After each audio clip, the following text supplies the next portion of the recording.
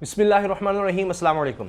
कहानी अब आखिरी मरहले में दाखिल हो चुकी है। जिस तरह से शीरी मज़ारी साहिबा को गिरफ़्तार किया गया है, अब पूरे मुल्क में इसकी मजम्मत की जा रही है।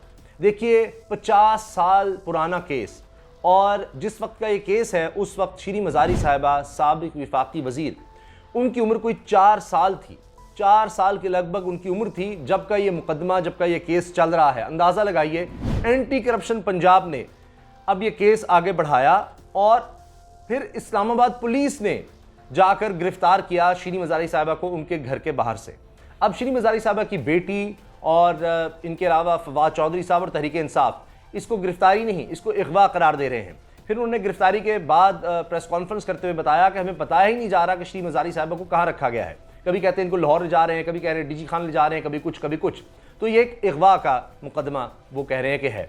अब आप देखें कि हुकूमत की तरफ से क्या कहा जा रहा है। ये एक अजीब व गरीब बात है कि एक तरफ तलाल चौधरी साहब जनाब ऊन कर रहे हैं, कह रहे हैं जी ये मुकदमा था, इस्लामाबाद पुलिस कह रही है जी हमने कानून के मुताबिक सारी कार्रवाई की है, लेकिन 50 साल पुराना केस और इस तरह से, इस तरीके से गिरफ्तारी, और फिर यानी कि अदालत में ना जा सकें, इतवार छुट्टी का दिन है, ज़रा इनको सबक सिखाना है।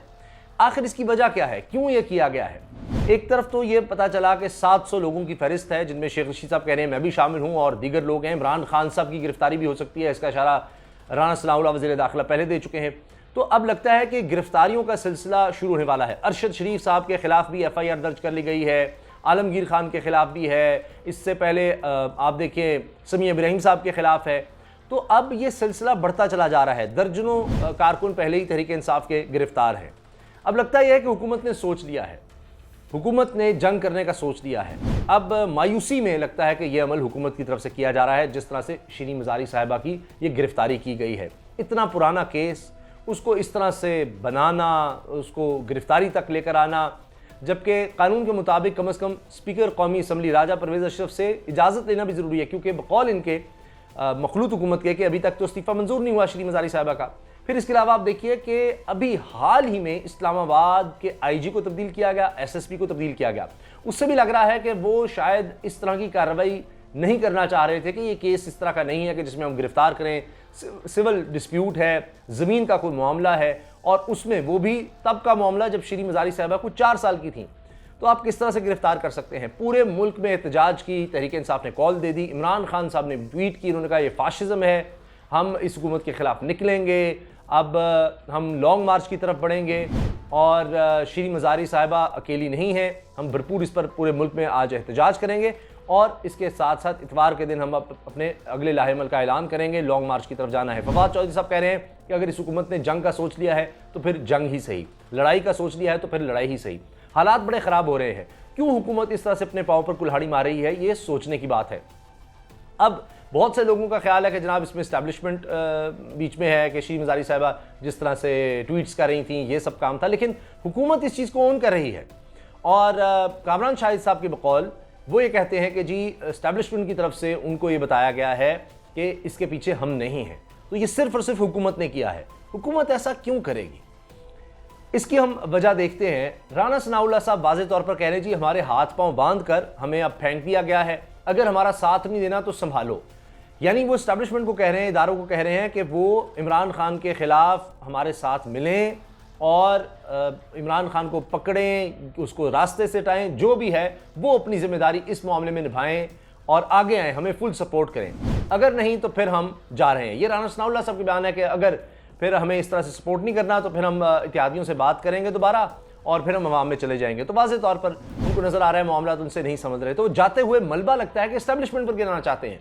ये असल वजह है, और इस तरह गिरफ्तारियां करके वो चाहते हैं कि इस्टेब्लिशमेंट को बीच में इन्वॉल्व किया जाए, कोई मार्शल लॉ लग जाए, कोई केओस हो जाए, क्योंकि इसमें तो यही नज़र आ रहा है, अनार्की नज़र आ रही है। जानबूझकर इश्तियाल दिलाया जा रहा है कि ताकि इस तरह से कुछ सड़कों में, गलियों में, चौक चौराहों पर, दीगर जगहों पर ऐसा माहौल पैदा हो जाए क्योंकि मार्शल लॉ कैफियत हो जाए, या हमसे कोई पूछे ना कि कारकर्दगी क्या थी, हम कहेंगे जी लॉ एंड ऑर्डर सिचुएशन ऐसी हो गई थी, हम क्या करते हैं, हमसे इक़्तिदार छीन लिया गया। इस तरह से लग रहा है कि जी हमें कुछ धक्के देकर निकाले, या ऐसा कुछ हो, या हालात ऐसे बना दिए जाएं, हो जाएं कि जनाब कोई गवर्न ही ना कर सके, मुल्क में इतनी अफरा तफरी फैला दी जाए। ये एक सोच नज़र आ रही है। आप देखें इनके बयानात से आपको नज़र आएगा। मिसाल के तौर पर जिस तरफ ये जाना चाह रहे थे, अगरचे आज के दिन में FIA ने तो कह दिया कि हम फर्द जुर्म आयद नहीं करवाना चाहते अभी, तो FIA में प्रोसिक्यूटर भी चेंज कर लिया, सब कुछ कर लिया, आज भी रिलीफ ले लिया, और अदालत में जितनी पुलिस थी, खुद जज साहब जो हैं वो नहीं अंदर आ पा रहे थे, और उनके जो गार्ड थे उनके गार्ड के साथ भी बदतमीजी की गई, तो खुद फाजिल जज साहब नाराज हुए कि ये क्या हो रहा है यहाँ पर।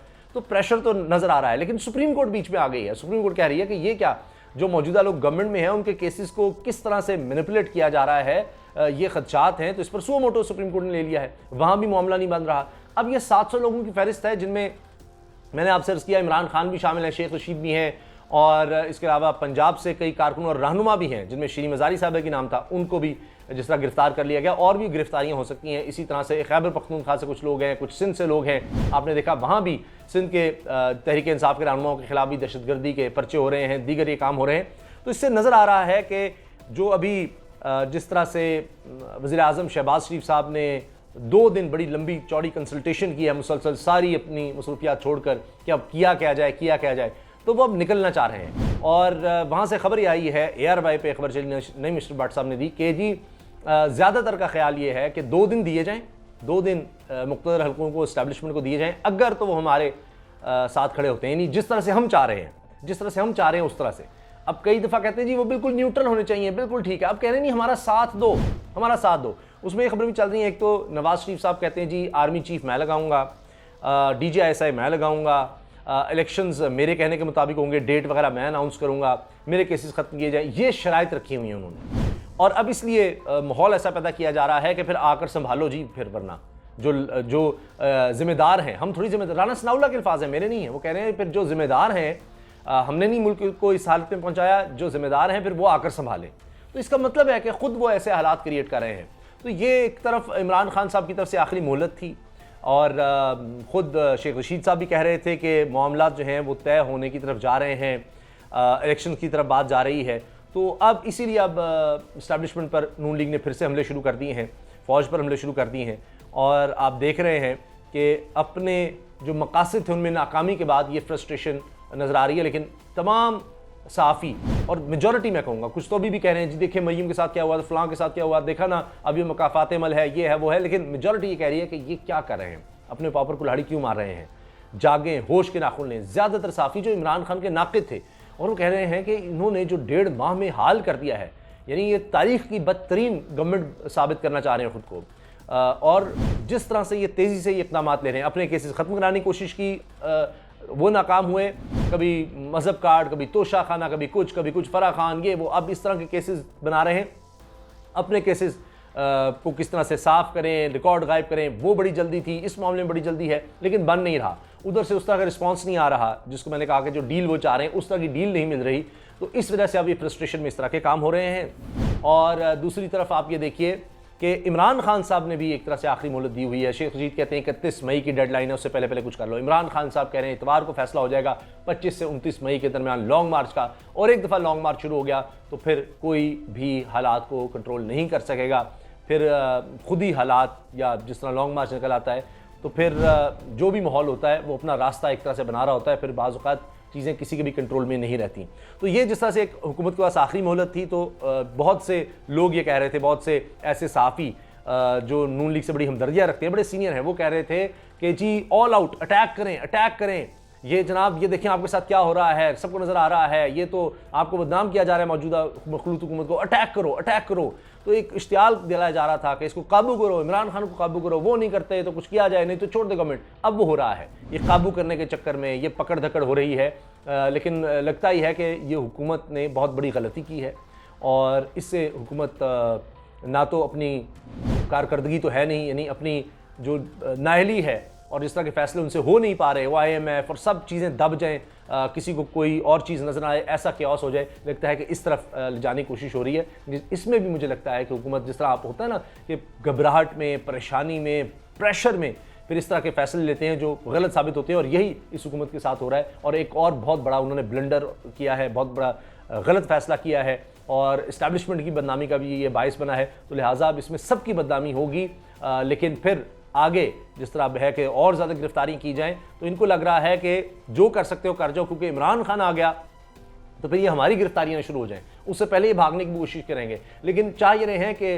जो केयर टेकर सेटअप है उसमें कुछ ऐसा माहौल ना बने, हमें गिरफ्तार ना किया जाए। या तो इनको बाहर भागना होगा, या ये गारंटी अगर नहीं मिलती तो फिर ये इतना ज़्यादा ये क्योस क्रिएट करेंगे, गिरफ्तारियां वगैरह और इस तरह से, वरना बाद में मुझे लगता है अगर केयर टेकर नहीं तो इमरान खान साहब की गवर्नमेंट आएगी तो उल्टा लेने के देने पड़ जाएंगे, फिर इनकी गिरफ्तारियां पर गिरफ्तारियां भी शुरू हो सकती हैं। इजाज़त दीजिए, अल्लाह हाफ़िज़।